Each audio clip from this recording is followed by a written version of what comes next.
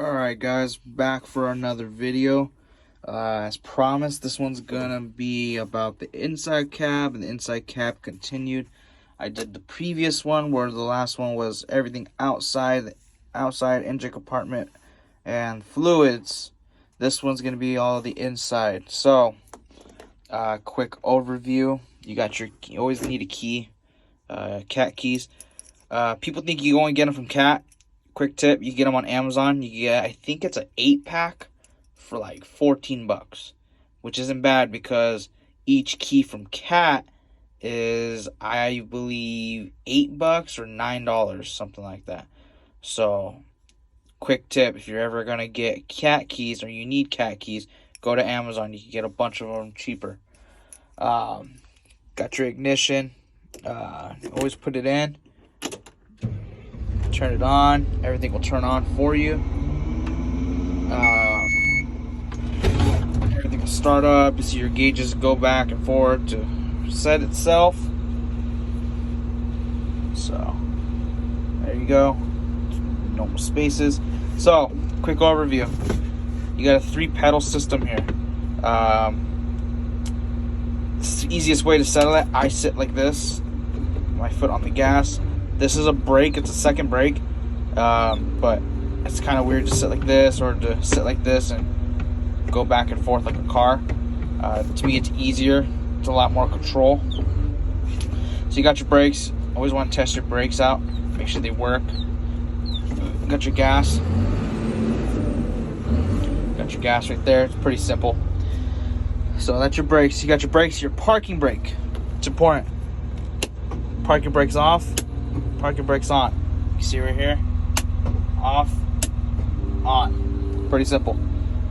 Backup alarm is important, especially for M-Shaw. You can hear it from here.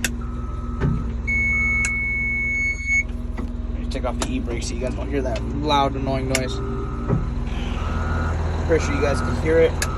That's your backup alarm. Always want to make sure that's good. Fire extinguisher. I've showed that before. It's that bad boy right there. Always gotta have that in here. Shit could go wrong and the thing could catch fire. If it does, you need that with you. Gauges. It's just to make sure that these aren't messed up. Sometimes these go out of whack and they'll kind of go like that. Just kind of shoot back and forth. Mine are good. The gas tank used to be messed up. It used to bounce back and forth a lot, but they fixed that. It's no big deal. Horn. This is your horn right here. It's different on every depending on the loader. Some's right here, some's right here, some is up here. So it just depends on the equipment. Mine's right here though. You can hear it right there. It's just to let them know that, especially when you're loading trucks, you honk at them twice. Most of them know that's code for you're good to go. Hydraulic controls. These are your lift and lower. Oh, sorry. This is your lift and lower. This is your tilt back and forth. Let me show you real quick. So you got your bucket up there. You use this one. This one lifts up. Lifts kind of slow when you do that, so if it is, pressing the brake and step on the gas, raises a lot faster. Okay, once you got it up, this is your tilt back and forth. Push forward like this to tilt it down. Mine is a self-leveling bucket, so all I gotta do is flick it back and it levels itself out. Not every company has self-leveling buckets. Sometimes you gotta learn how to level it out yourself. The best way I learned it is, it's kind of hard to tell from this angle, but once you've been operating a while, you learn. That edge right there, where my finger is pointing, you should be able to tell if it's leveled. Or if you can't do that, what I like to do sometimes, there's an edge right above it. Right above that flat part right there, there's an edge to the right of it. If that looks flat, then your bucket's flat. It's pretty simple. Glass, you always want to make sure your glass is good. All my glass is pretty good. There's that crack I put in my first video. I don't know how I got cracked. Something hit it. I think a rock hit it from the crusher. Flew out, smacked it, cracked it. It's no big deal. It's not a huge deal. All my glass everywhere else is good. All my windows are good. You always want to make sure it's all good. Your mirrors. Your mirrors are pretty important. There's 2 right there. You could adjust them however you need to your liking. This is the way I like it. This one's cracked. You can see that crack right there. It's not a big deal. Rollover protection chassis.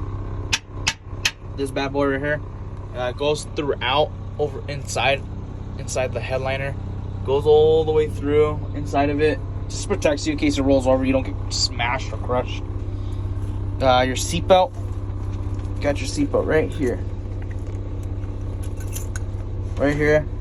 Not everybody uses it because it's uncomfortable sometimes, and it's annoying having to unbuckle it and buckle it when you're working and you have to get out. So a lot of people don't wear them. I don't wear them usually, but when I'm at our M-Shaw pits, I will wear it just to be sure in case we get inspected. The M-Shaw inspector rolls up. Just want to be safe. Here's another big one: steering. So let me close this window. Steering. This is your steering. As you can see, you go to the right, it turns right, and if you go to the left, it turns left. Pretty simple. It is kind of sensitive because, like, if I barely touch it, it kind of jerks. So it is sensitive, but over time you learn to adapt to it, and you learn to kind of featherweight it. You learn to just ease on it, and you learn it. You learn it. It's pretty simple. I prefer joystick steering over steering wheel, because steering wheel over time it hurts your shoulder. It kind of gets kind of overwhelming, but it gets annoying after a while. To me, this is more comfortable. I don't have to always have a hand on the steering wheel. I could just kind of drive around with one hand here and one hand kind of like this while I'm waiting or while I'm driving around. It's pretty easy. I like it. So quick thing, this is your gear selector.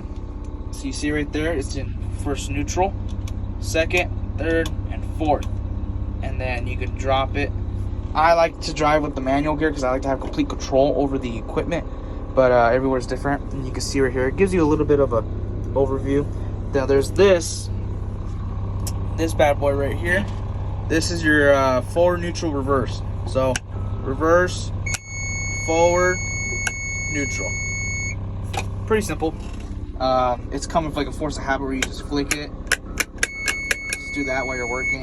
While you're trying to reverse, slow down. It also tells you right here, if you turn to the left, the front part of the loader turns to the left, right, same thing. Push up to increase your gears, press down to lower your gears. This thing has a lower or a raises, so that's what this tells you. There's a button right here, right there. Press on it, and it lifts up. My shock gave out, this shock right here, so it's broken, so I had to kind of jerry rig it to stay. No big deal. Once you put it back down, the steering gets ready for it. What else? That's pretty much it for the inside cab. I wanted to go over these. I never went over these in the beginning, so we'll just start off with simplistic. These are your turn signals. You can see it right there on the screen. Those are your turn signals. Pretty easy. These are your lights. Lights are on like that. That's on. You can turn that on if you want, but I don't really use that. I just use these two. Turn them off. This is your hazards. See? Turns on your hazards. This is if you have, what do you call those?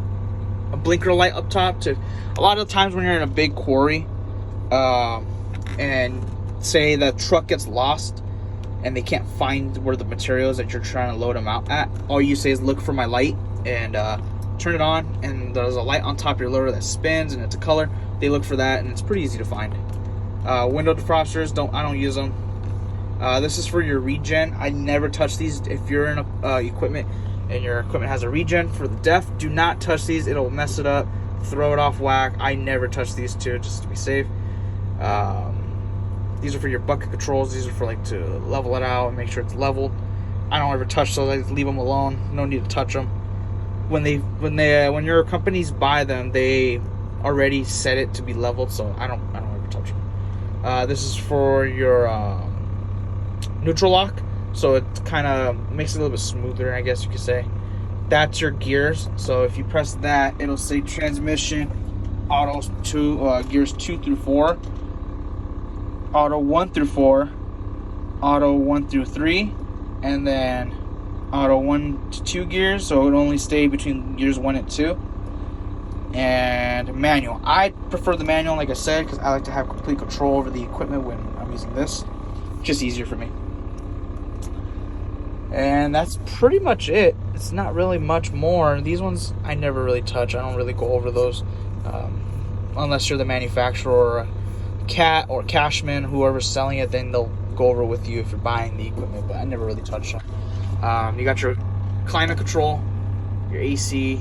Keep it on. This is your windshield wipers. This is what sprays the fluid for and back, and then this is what controls the speed. See, pretty easy. And this is for the rear one. Again, my rear one doesn't work too well, but oh well. You got a backup camera. I see a lot of operators rely on them. I had an experience once where I almost hit a truck because I tried relying on the backup camera, and the backup camera went blue. It messed up and the camera gave out and I almost hit him. So I don't always rely on the backup camera just for that reason, because it's not always reliable, but it is a good option to have if you're just operating and driving around. A lot of the times you'll have CBs. This is our CB radio. Just so you can contact with the drivers and talk to them and ask them what they're getting, how many tons, etc., etc., etc. We have a company radio here. That's for our company. And then your scale. This is another good one. Your scale here. This is your scale. Not every scale is the same. Some have that little cutout where it's a digital scale right here. A little bit different than what I have. This one's pretty accurate though. It's pretty good. It's pretty simple. So once you always want to have your bucket curl back when you get a load, and then once you get the load, you just raise it, and it'll lift and it'll tell you the weight. Sorry. And then just lower it and dump it, and then once you didn't dump the load, just reset it. But alright guys, that's pretty much it. I'll see you guys in the next video. If you have any questions, drop them down below. Don't forget to like and subscribe. See you later.